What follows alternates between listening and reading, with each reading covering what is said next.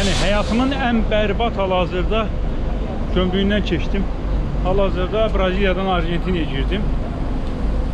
Gömrükdə Argentinada soruşurlar ki, pasportu vermişəm, pasporta baxır, üzümə bax, pasporta baxır. Deyir, haram pasportudur. Deyir, ama üstündə yazılıb da Azərbaycan. Deyir, tanımıram.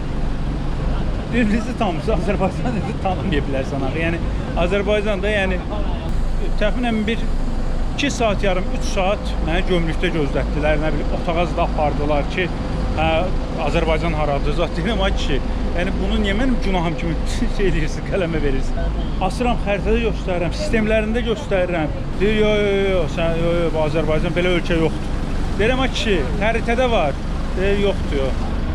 Yəni, həyatımda bu qədər bərbad bir gömrük yoxlanışından keçməmişdim. Axırda mail yazdılar bunlar baş ofislərinə, baş ofislərindən bunlara cavab gəldi ki, yəni buraxa bilərsiniz, elə girdi. Həyatımda bu qədər bərbad bir gömrük görməmişdim. Yəni Azərbaycanı, adamlar Azərbaycanı tanımırlar.